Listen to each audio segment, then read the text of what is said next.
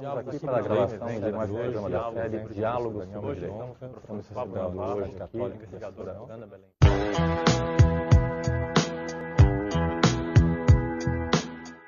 Diálogos sobre Direito recebe hoje o professor Márcio Alabarce, advogado, atuante em São Paulo, mestre em Direito, especialista em tributos indiretos e também professor do GVLO, curso de especialização da Fundação Getúlio Vargas.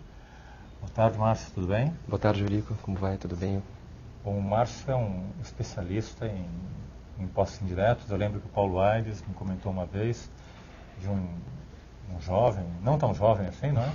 Brilhante, que tinha defendido uma tese excepcional, trabalhando os impostos diretos, a não cumulatividade, e depois vem conhecer o Márcio. Como é que foi sua tese, Márcio? Foi um trabalho muito interessante, deu uma satisfação muito grande em desenvolver Modéstia esse tema. à parte, não é? Modéstia à parte e bondade também do Paulo. Ele foi muito bondoso, muito gentil ao me arguir na banca. As questões que ele formulou, que a Fabiana Tomeca me formularam, que meu orientador, professor Paulo de Barros Carvalho, também me formularam, me fizeram pensar bastante a respeito. Várias indagações que me foram formuladas na oportunidade me fizeram refletir, e tanto que até hoje eu estou com um trabalho na estante para ajustar, para repensar e para ver se algum dia desses, quem sabe, eu acho que já é hora de desenvolvo publicar. Acho que é hora de publicar. Não sei, publica logo. Ok, muito obrigado. Marcelo, me fala uma coisa.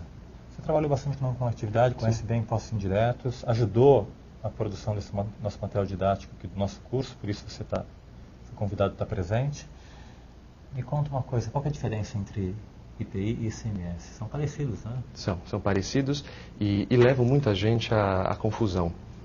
São impostos ambos que recaem sobre operações com mercadorias de um lado, ICMS, operações com produtos industrializados, mas em geral que recaem sobre transações mercantis, sobre transações realizadas no mercado e todas voltadas ao consumo de bens, e particular no caso do ICMS, ao consumo de alguns tipos de serviços. Compõe os dois principais tributos que recaem sobre o consumo de bens e serviços no país. E são impostos bem antigos, aliás. Foram criados pelo Constituinte de 65, vieram numa grande reforma tributária ocorrida na época, com a emenda 18, emenda 18 de 65, justamente. E desde então, o perfil desses tributos foi mantido.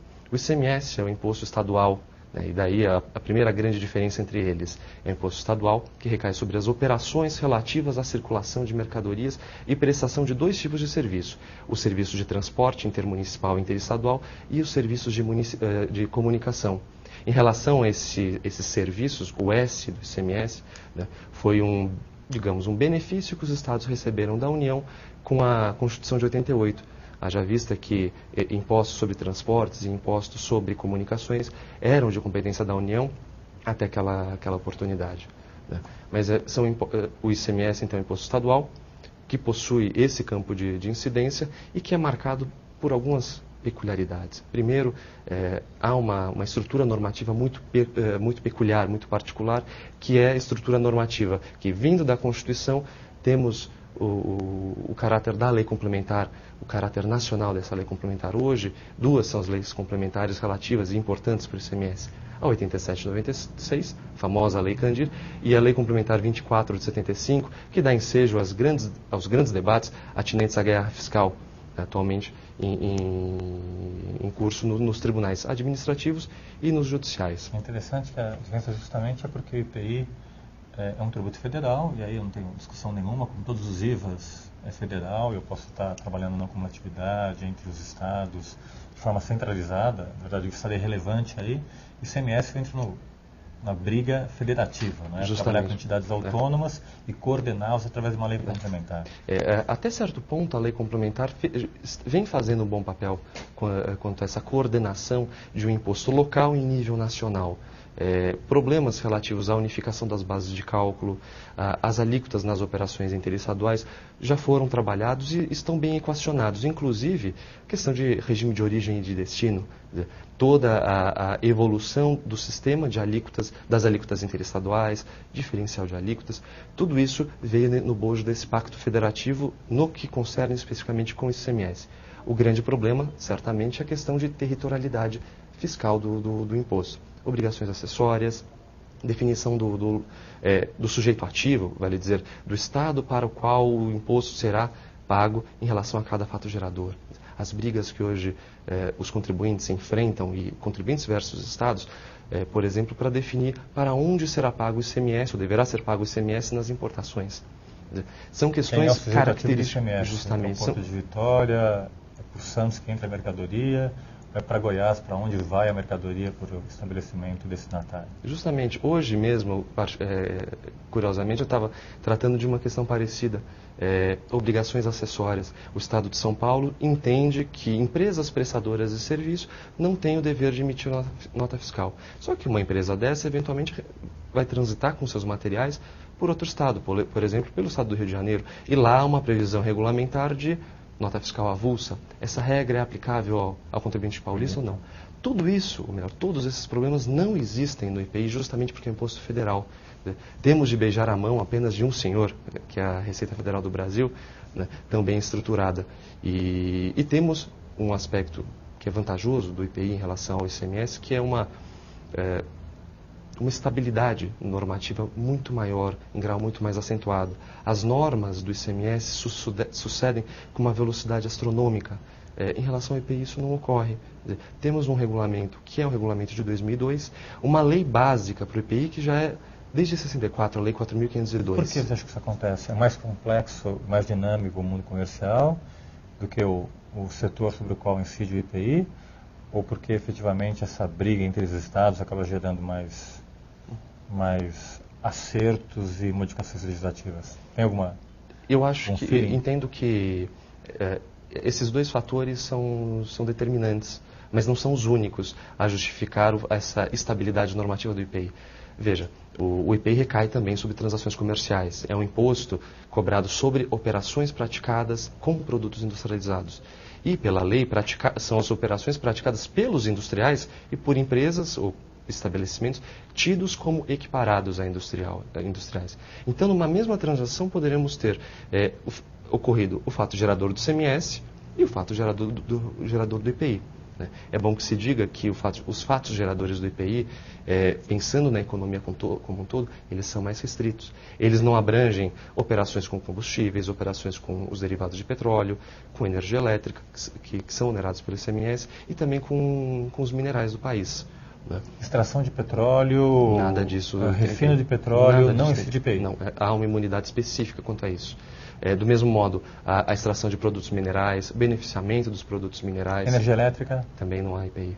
Né? Tanto que, desculpe lhe interromper, a discussão que muitas vezes se leva ao judiciário a respeito de créditos de IPI com base nas minhas compras de energia elétrica, peca pela premissa, porque não como uma atividade existe como num pressuposto em que há um débito de um lado e um crédito no outro. E assim, esses créditos vão se anulando. Se não há incidência, como ocorre no caso da energia elétrica, não há que se falar em cumulatividade. Nessa mesma linha, Márcio, me dá um divisor de águas assim dentro da operação de comercialização.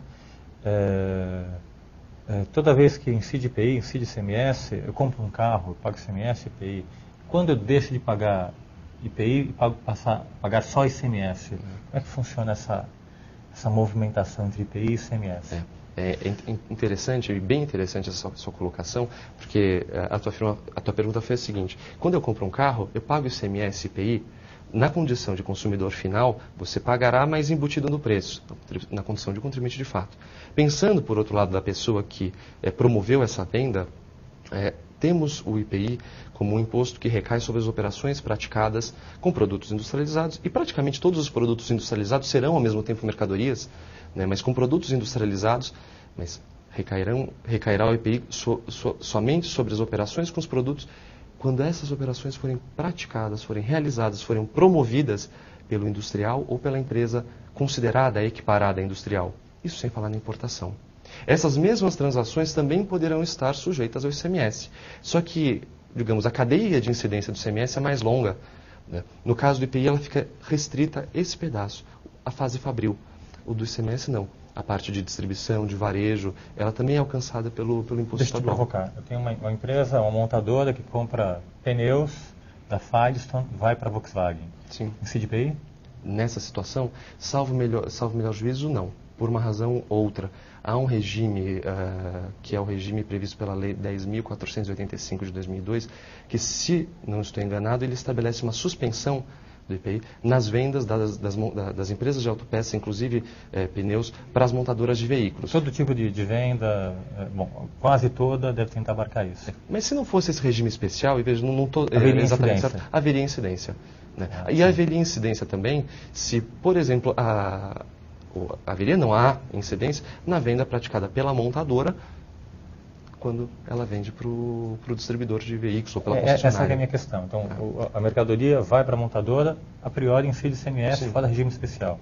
Saiu da montadora, também. Aliás, incide ICMS e IPI que é importante para mim. Saiu da montadora, foi para a distribuidora, para o concessionário, direto. Para o concessionário. Incidirá IPI. De novo IPI. De novo IPI.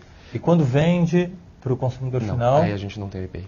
Por uma razão simples. O concessionário, estou assumindo que o concessionário não é o industrial, ele não promoveu nenhuma operação naquele veículo que possa ser considerada de industrialização. Mas isso não necessariamente ocorrerá em todos os casos. Eu não conheço nenhum concessionário que faça isso, mas a gente poderia cogitar de algum concessionário que, tendo recebido o veículo, ele pode efetuar alguma atividade nesse veículo, digamos, num caminhão, colocar um terceiro eixo num carro, poderia cogitar de ele próprio, concessionário, fazer a blindagem. Blindagem seria, nesse caso, uma modalidade de beneficiamento. E aí o concessionário seria tido como um industrial e a venda desse produto por ele industrializado estaria sujeita ao IPI. Mas é a hipótese, nesse caso, nesse meu exemplo, residual. Vou falar uma coisa, Márcio, um pouquinho sobre obrigações acessórias do IPI. A gente tem uma briga do ICMS que a base de cálculo é por dentro. Sim. E a do IPI é por fora. Isso. Torna o imposto mais transparente. Quando uma concessionária vende o veículo para o contribuinte, ela é obrigada a destacar IPI ou não aparece o IPI nessa venda para o concessionário? Não, porque na venda para o concessionário aparecerá o IPI no documento fiscal emitido pela montadora e é o cálculo, justamente o cálculo por fora. E que me perdoem as pessoas que são contrárias, mas no meu trabalho, no mestrado, eu trabalhei bastante a questão da base de cálculo e cheguei a uma conclusão de que a base de cálculo do IPI é por fora porque o legislador assim o quis, porque haveria amparo constitucional para que fosse por dentro. Né? Porque a base de cálculo é a mesma, tanto para o ICMS como para o IPI, é o valor da operação. Né? É uma questão matemática e podemos lidar com a matemática de vários modos. Eu posso enxergar o preço praticado numa venda com esses tributos sob o prisma do meu custo mais a margem de lucro desejada, e aí eu acresço o tributo e vejo, está por fora, há uma distorção na carga tributária. Ou eu posso fazer a análise sob o prisma de quem adquire. E sobre quem adquire, qual é o preço praticado? É o preço da compra. Né? Eu entendo, tem esse entendimento particular, mas que fica entre nós dois. Ótimo. Enfim, quando sair da concessionária para o consumidor final, só vai incidir ICMS e o IPI está por dentro. Paga IPI, mas paga IPI, na verdade, repassado no preço da operação anterior. Exatamente. E a partir daí, só acontece ICMS. Justamente. Alíquotas. ICMS tem um tratamento especial para Norte, Nordeste, Centro-Oeste e Espírito Santo. De alíquotas reduzidas. IPI tem algum regime especial de alíquotas? Não. Temos alguns regimes especiais de alíquotas, mas voltados a certos produtos, como açúcar, mas aí é o tratamento para o produto especificamente, não para a região. Zona Franca de Manaus, né? Zona Franca de Manaus, porque a Zona Franca de Manaus, as vendas de mercadorias para a Zona Franca de Manaus, quando essas mercadorias são destinadas à posterior industrialização ou comercialização na Zona Franca, elas são equiparadas, essas vendas são equiparadas à exportação. E aí não há incidência nem de IPI, tampouco de ICMS e não haveria também o PIS e COFINS sobre a receita dessa venda. E há direito a crédito de IPI? Para quem compra? Para quem está comprando como exportador, se é uma exportação não é? Aí a gente teria a seguinte situação. O remetente, quem promove a venda para a Zona Franca de Manaus, aplica a isenção. Quem compra, esse sim vai fazer uma compra isenta. E aí vem a discussão sobre crédito nas compras isentas. Essa foi uma discussão que no Supremo, o entendimento que ao final restou consolidado é de que há direito a crédito nas compras isentas do IPI. O entendimento o Supremo não acolheu o crédito em relação às compras alíquota zero, mas as compras isentas haveria sim esse direito. Muito embora a legislação não preveja esse crédito. E havia uma discussão também de qual que é o valor desse direito a crédito, porque se eu não tenho incidência, teoricamente não tem alíquota, Isso. então não tem como calcular. Podia ser um imposto à saída. O Supremo não enfrentou esse ponto e, de fato, não há tratamento legislativo dessa questão. Mas, pensando sistemicamente, o mais razoável, se é que eu posso falar em razoabilidade em termos de direito, seria aplicar a alíquota que está prevista na TIP para aquele produto. Em direito pode falar de tudo, até de razoabilidade. Márcio, o objeto do curso dessa discussão, na verdade, é o nosso curso de Direito Tributário, que você conhece muito bem, e que tem uma proposta de trabalhar do fato à norma, da realidade ao conceito jurídico. E o Márcio está aqui especialmente porque também foi um dos autores desse caso, na verdade trabalhou com esse caso em que havia uma importação, depois um repasse dessa importação, uma comercialização dessa importação, depois um repasse para uma empresa prestadora de serviço, depois repasse para uma antena. Isso. Conta um pouquinho o caso, do fato à norma, da realidade ao conceito. Como é esse caso? Sem precisar citar o cliente e quanto você ganhou também nessa consultoria. Eu, tristemente, não ganhei nada ainda, não é um caso definitivamente julgado, mas voltamos no tempo, estamos por volta de 1997, no início do boom das telecomunicações. Por volta daquela época, o sistema Telebrás foi quebrado, as empresas... O celular era desse tamanho? O celular era desse tamanho, a antena era gigantesca, durava